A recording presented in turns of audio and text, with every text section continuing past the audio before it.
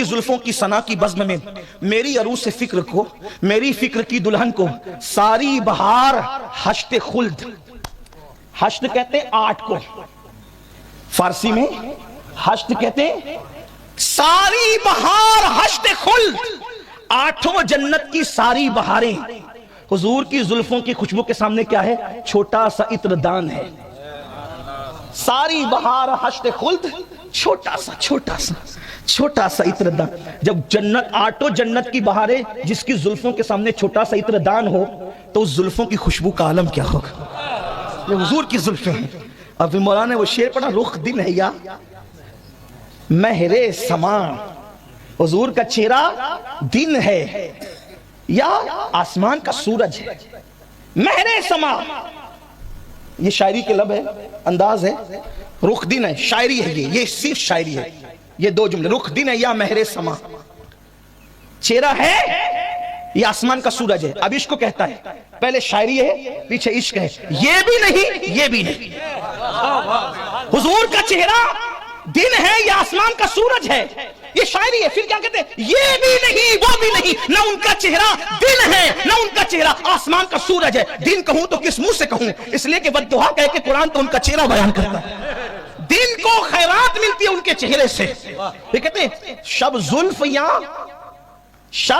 یا مشک خطاں، ان کی زلف رات ہے یا خطاں کا مشک ہے یا خطن کا مشک ہے۔ یہاں پھر شاعری آ گئی، پھر آگے کہتا ہے یہ بھی نہیں وہ بھی نہیں، نہ یہ ہے نہ وہ ہے۔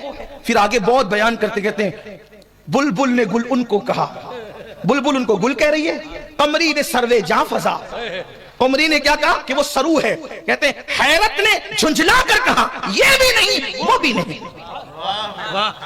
یہ ہے نعت خوانی، اور ہم ایسی نعت خوانی کے قائل ہیں۔ جب نعت خوانی ہوتی ہے تو یوں کہا جاتا ہے عرش کی عقل دنگ ہے، نعت خوانی عرش کی عقل دنگ۔ میں دوسرے شعرا کو نشانہ نہیں بنا، جو نعت خوانی کرے وہ لب قابل تعظیم ہے، وہ خیال قابل تعظیم، وہ فکر قابل تعظیم ہے۔ قدرت جس پر اپنے انعامات کی انتہا کر دیتی ہے اسی کو محبوب کی مدحت کی توفیق عطا کرتی ہے۔ محبوب کی مدحت یوں ہی نصیب نہیں ہوتی، کہا کہ عرش کی عقل دنگ ہے، چرخ میں آسمان ہے، چرخ میں یعنی گھوم رہا ہے، آسمان کا دماغ گھوم رہا ہے۔ عرش کی عقل دنگ ہو گئی ہے، آسمان کا دماغ گھومنے لگا ہے، کس کو دیکھ کر؟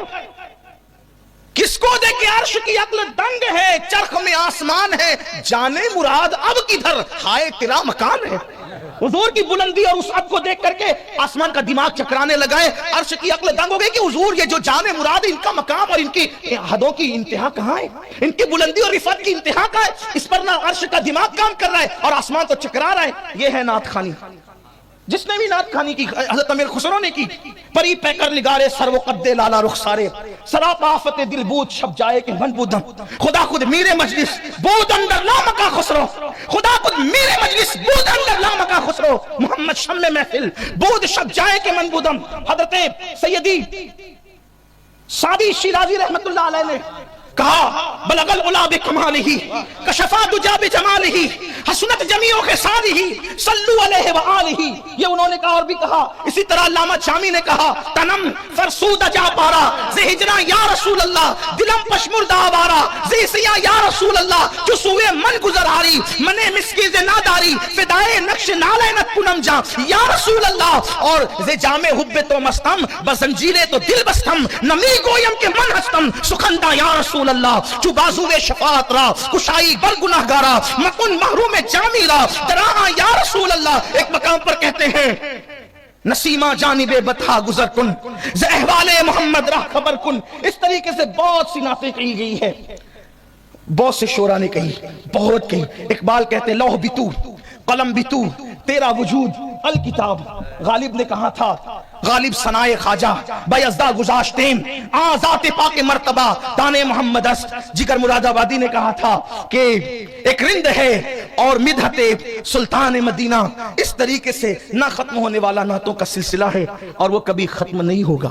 لیکن اس امت میں جو اکابر ہے آغاز کرنے والے نعتوں کا، ان میں سر فہرست حسان بن ثابت رضی اللہ تبارک و تعالی وہ لوگ ہیں۔ نعت کی صنف بہت پرانی ہے۔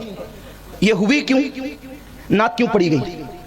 اصل میں عرب کے کچھ شعراء تھے، اور وہ شاعر لوگ حضور کو گالیاں دیتے تھے شعر کے اندر، حضور کی توہین کرتے تھے. تو اللہ کے رسول علیہ السلام نے صحابہ سے خود کہا تھا تم میں کون ہے جو شعر کا جواب شعر میں دے گا، جو شعر کا جواب. یہ نعت کی وجہ، محفل نعت کی وجہ آپ کے سامنے پیش کرو کہ تم میں کون ہے جو شعر کا جواب شعر میں دے گا. تو اس میں سے ایک صاحب کھڑے، حضور میں دوں گا، وہ بھی شاعر تھے لیکن تھوڑا نرم مزاج کے آدمی تھے.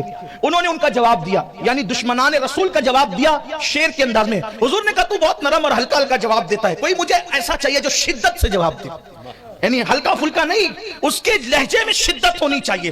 شدت، لوگ شدت کے نام سے ڈرتے ہیں، یار یہ شدت اسلام میں کہاں سے آئی؟ ہم کہتے ہیں جواب کے لیے شدت کی ضرورت ہوتی ہے، کیونکہ جس کے دل میں جتنا عشق ہوتا ہے، جتنی محبت ہوگی اتنی شدت بھی ہوگی. اس لیے کہ قرآن شدت کا ذکر کرتا ہے، والذین آمنوا اشد، شدت کا ذکر قرآن کہتا ہے والذین آمنوا اشد حبا للہ، کہ جو اللہ رب العزت سے شدت سے محبت کرتے ہیں وہ مومن لوگ ہیں. اور محبت میں جتنی شدت ہوگی اتنا نبی کے دشمنوں کے ساتھ بھی شدت ہوگی. اسی لیے ہم کہتے ہیں دشمن احمد پہ شدت کیجیے، دشمن احمد پہ شدت کیجیے. یہ نرم نرم باتیں یہ رحماء بینہم آپس کے لیے ہے، ورنہ قرآن کی 114 آیتیں سیوف ہے. قرآن میں 114 آیتیں ہیں جنہیں آیات سیوف کہتے ہیں یا آیات سیف کہتے ہیں. اس کی تفصیل جا کر کے پڑھیے. کہتے ہیں نہیں یار تھوڑی سی بات تھوڑی نرم ہونی چاہیے.